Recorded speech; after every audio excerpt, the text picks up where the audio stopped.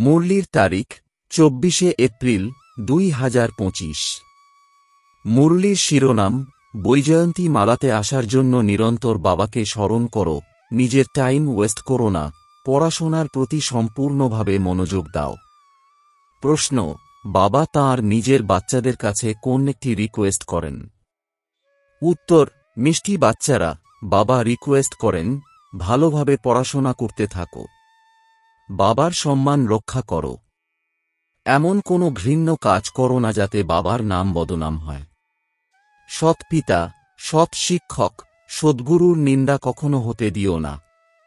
প্রতিজ্ঞা করো, যতদিন পর্যন্ত পড়াশোনা চলবে ততদিন অবশ্যই পবিত্র থাকবে।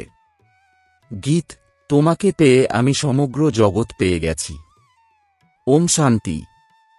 এটা কে বলেছে যে তোমাকে পেয়ে সমস্ত স্বর্গের রাজত্ব পেয়ে থাকি?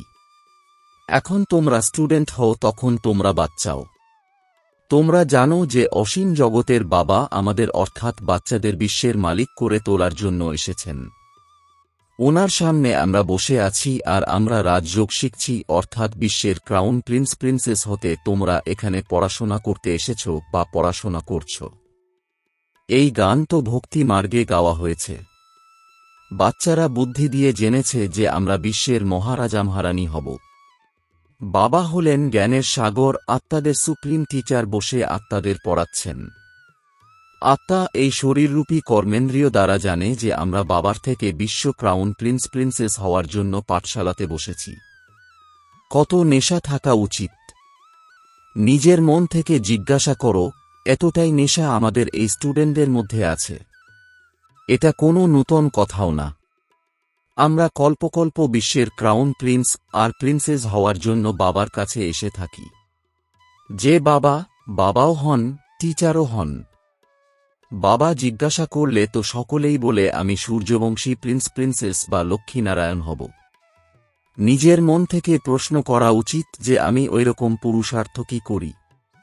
অসীম জগতের পিতা, যিনি স্বর্গের উত্তরাধিকার দিতে এসেছেন, তিনি আমাদের বাবা টিচার গুরুও হন, তাই অবশ্যই উত্তরাধিকারও এরকম উচ্চতমের চেয়েও উচ্চ প্রদান করবেন। দেখা দরকার আমাদের এত খুশি কি আছে যে আমরা আজ পড়াশোনা করছি, কাল ক্রাউন প্রিন্স হব। কারণ এটা যে হলো সঙ্গম। এখন এই পারে আছো, ওই পারে স্বর্গে যাওয়ার জন্য পড়াশোনা করছ। সেখানে তো সর্বগুণ সম্পন্ন, 16 কলা সম্পন্ন হয়ে যাবে। আমরা কি ওই রকম যোগ্য হয়ে উঠেছি? নিজেকে জিজ্ঞাসা করতে হয়। একজন ভক্ত নারদের কথা নয়। তোমরা সকলেই ভক্ত ছিলে, বাবা এখন ভক্তি থেকে মুক্ত করেন। তোমরা জানো যে আমরা বাবার বাচ্চা হয়েছি ওনার থেকে উত্তরাধিকার প্রাপ্ত করার জন্য, বিশ্বের ক্রাউন প্রিন্স হতে এসেছ। বাবা বলেন যদিও নিজের গৃহস্থ ব্যবহারে থাকো, বানপ্রস্থ অবস্থায় যারা থাকে তাদের গার্হস্থ্য আচরণে থাকতে নেই, আর কুমার কুমারীরাও গার্হস্থ্য আচরণে থাকে না। তাদেরও স্টুডেন্ট লাইফ আছে। ব্রহ্মচর্যে থেকেই অধ্যয়ন করে। এখন এই পড়াশোনা হল অত্যন্ত উচ্চমানের, এতে চিরতরের জন্য পবিত্র হতে হয়। তারা তো ব্রহ্মচর্যে থেকে পড়াশোনা করে আবার বিকারে চলে আসে। এক্ষেত্রে তোমরা ব্রহ্মচর্যে থেকে সম্পূর্ণ অধ্যয়ন করো। বাবা বলেন আমি হলাম পবিত্রতার সাগর, তোমাদেরও করে তুলি। তোমরা জানো যে অর্ধকল্প আমরা পবিত্র থাকতাম। সবসময় বাবার কাছে প্রতিজ্ঞা করে থাকি, বাবা আমরা কেন না পবিত্র হই আর পবিত্র দুনিয়ার মালিক হই। কত বড় মাপের বাবা আমাদের, যদিও সাধারণ দেহ, কিন্তু আত্মার যে নেশা চড়ে যায়। বাবা এসেছেন পবিত্র করতে। বলেন তোমরা বিকারগ্রস্ত হতে হতে বেশ্যালয়ে এসে পড়েছ। তোমরা সত্যযুগে পবিত্র ছিলে, এই রাধেকৃষ্ণ যে পবিত্র প্রিন্স প্রিন্সেস হলেন যে না। রুদ্র মামলাও দেখো, বিষ্ণু মালাও দেখো। রুদ্র মালাই বিষ্ণু মালায় পরিণত হবে। বৈজয়ন্তী মালাতে আসার জন্য বাবা বোঝান, প্রথমে তো নিরন্তর বাবাকে স্মরণ করো, নিজের টাইম ওয়েস্ট করো না। বাঁদরের পশ্চাৎ ধাবন করো না। বাঁদর ছোলা খায়। এখন বাবা তোমরা রত্ন দিচ্ছেন, আবার এই সস্তার ময়দার দানা অথবা ছোলার পিছু নিলে কি অবস্থা হবে? রাবণের কারাগারে আবদ্ধ হবে। বাবা এসে রাবণের কারাগার থেকে মুক্ত করেন। বাবা বলেন, দেহ সহ দেহের সকল সম্বন্ধ থেকে বুদ্ধিকে ত্যাগ করো, নিজেকে আত্মারূপে সুনিশ্চিত করো। বাবা বলেন, আমি প্রতিকল্পে ভারতেই আসি। ভারতীয় বাচ্চাদের বিশ্বের ক্রাউন প্রিন্সেস করে তুলি। কত সহজ করে পড়ানো হয়, এমনও না যে কেউ এসে 4-8 ঘন্টা এসে বসে। না, গার্হস্থ্য জীবনে থেকে নিজেকে আত্মা মনে করে আমাকে স্মরণ করলে তোমরা পতিত থেকে পবিত্র হয়ে যাবে। যারা বিকারে যায় তাদের পতিত বলা হয়। দেবতারা হল পবিত্র, সেই জন্য তাদের মহিমার সুখ্যাতি করা হয়। বাবা বোঝান ওটা হল অল্প সময়ের ক্ষণভঙ্গুর সুখ। সন্ন্যাসী ঠিক বলে যে কাক বিষ্ঠা সম সুখ, কিন্তু তাদের এটা জানা নেই যে দেবতাদের কত সুখ। নামই হল সুখধাম, এটা হল দুঃখধাম। এই কথা দুনিয়াতে কারোর জানা নেই। বাবা এসেই প্রতিকল্পে বুঝিয়ে থাকেন, দেহী অভিমানী করে তোলেন। নিজেকে আত্মা মনে করো। তোমরা আত্মা হও নাকি দেহ? তোমরা হলে দেহের মালিক, দেহ তোমাদের মালিক না। 84 জন্ম নিতে নিতে তোমরা তমপ্রধান হয়ে গেছ। তোমাদের আত্মা আর শরীর দুটোই পতিত হয়ে গেছে। দেহ অভিমানী হওয়ার কারণে তোমাদের দ্বারা পাপ হয়েছে। আমার সাথে গৃহে ফিরে যেতে হবে। আত্মা আর শরীর দুটিকে শুদ্ধ করার জন্য বাবা বলেন, মনমনাভ। বাবা তোমাদের রাবণের থেকে অর্ধকল্প ফ্রিডম দিয়েছিলেন, আবার এখন ফ্রিডম দিচ্ছেন অর্ধকল্প। তোমরা ফ্রিডম রাজ্য করো। সেখানে 5 বিকারের নাম নেই। এখন শ্রীমতে চলে শ্রেষ্ঠ হতে হবে। নিজেকে জিজ্ঞাসা করো, আমাদের মধ্যে বিকার ঠিক কতটা আছে? বাবা বলেন, এক তো মামেকং স্মরণ করো আর কোনো লড়াই ঘোড়াও করতে নিন।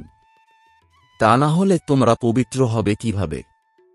তোমরা এখানে এসেছই পুরুষার্থ করে মালাতে গাঁথা হতে। পাশ করতে না পারলে আবার মালাতে গাঁথা হতে পারবে না। কল্পকল্পের বাদশাহী হারিয়ে ফেলবে।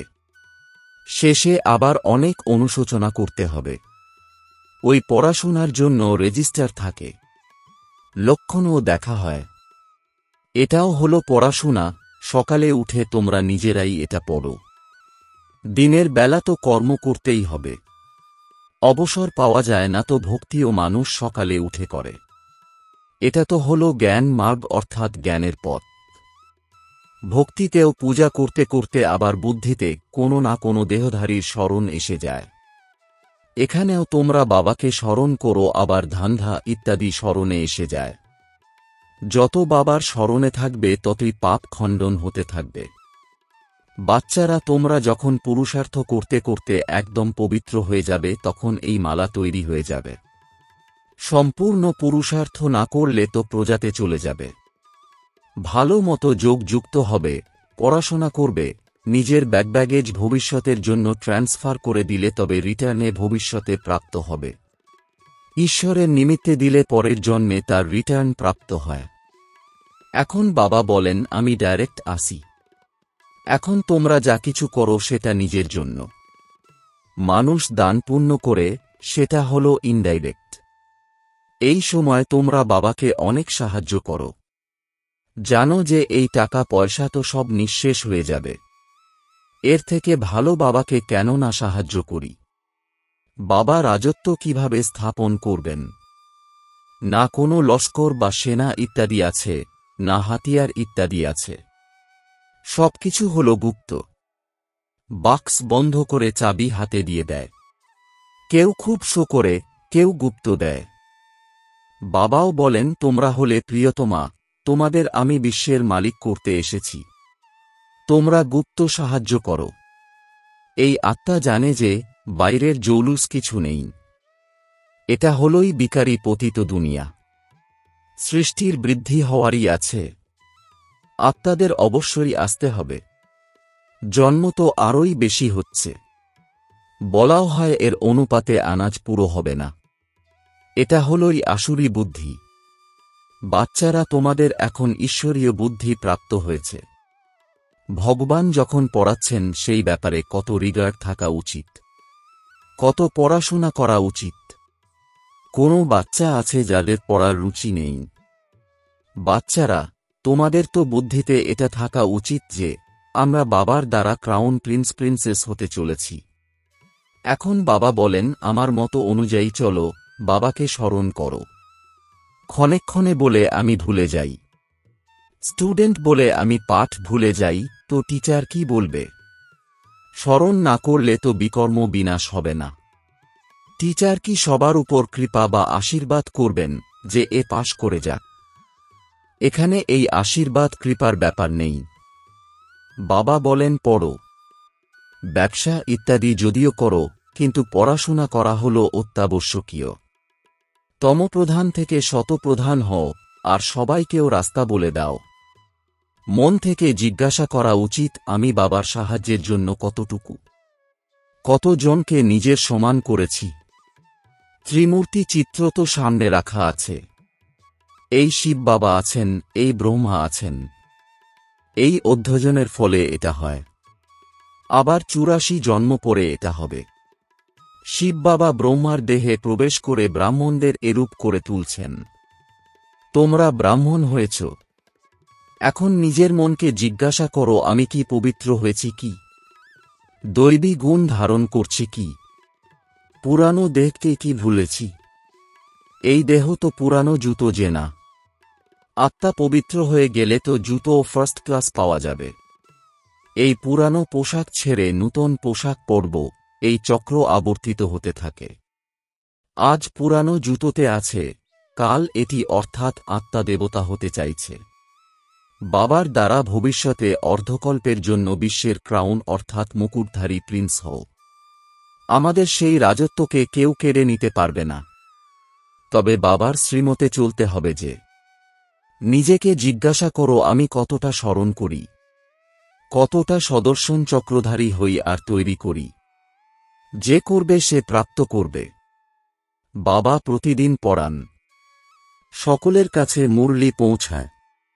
আচ্ছা, যদি নাও পাওয়া যায়, ৭ দিনের কোর্স তো পাওয়া গেছে যে না, বুদ্ধিতে নলেজ এসে গেছে। শুরুতে তো ভাট্টি তৈরি হয়েছিল, তারপর কেউ বা কাঁচা কেউ বা পাকা নির্ধারিত হয়ে প্রকাশ হয়েছিল। কারণ মায়ার ঝড়েও তো আসে যে ৬-৮ মাস পবিত্র থেকে আবার দেহ অভিমানের বশবর্তী হয়ে নিজেকে মেরে রাখে। মায়া খুবই শক্তি সম্পন্ন।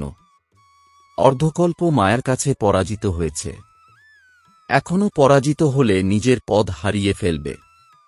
নম্বর অনুযায়ী লক্ষ্য তো অনেক আছে যে।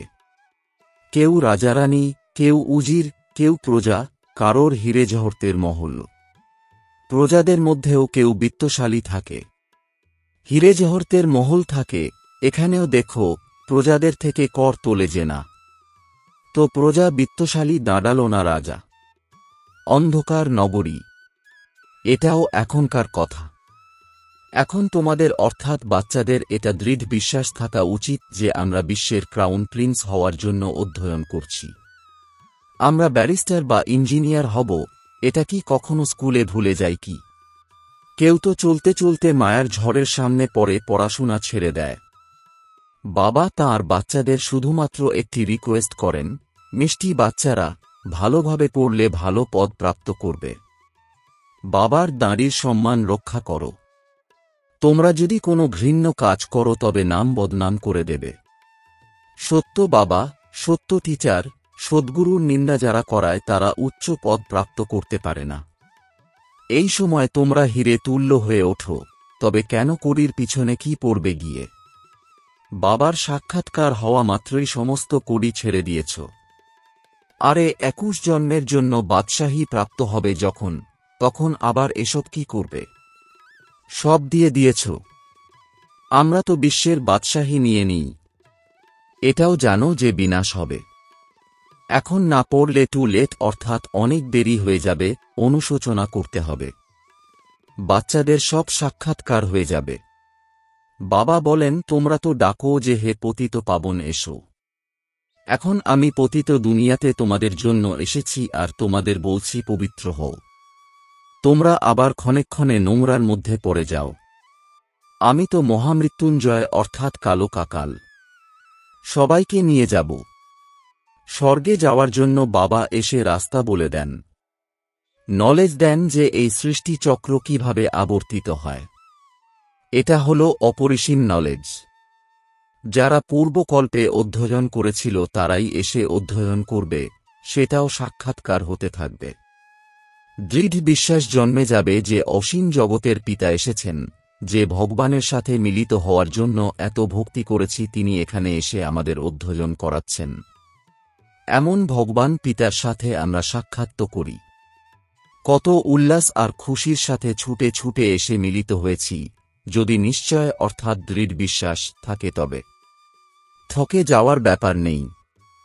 এইরকমও অনেক আছে পবিত্র হয় না, পড়াশোনা করে না, ব্যাস চলো বাবার কাছে, এমনি ঘুরতে ফিরতে এসে পড়ে। বাবা বাচ্চাদের বোঝান, বাচ্চারা, তোমাদের নিজেদের গুপ্ত রাজধানী স্থাপন করতে হবে। পবিত্র হলে তমপ্রধান থেকে শতপ্রধান হবে। এই রাজযোগ একমাত্র বাবা শেখান। তাছাড়া তারা তো হল হঠযোগী। বাবা বলেন নিজেকে আত্মা মনে করে আমি অর্থাৎ এই বাবাকে স্মরণ করো। এই নেশা বজায় রাখো যে আমরা অসীম জগতের বাবার কাছ থেকে বিশ্বের ক্রাউন প্রিন্স হতে এসেছি, তবে শ্রীমতের আধারে চলা উচিত। মায়া এই রকম যে বুদ্ধির যোগ ছিন্ন করে দেয়।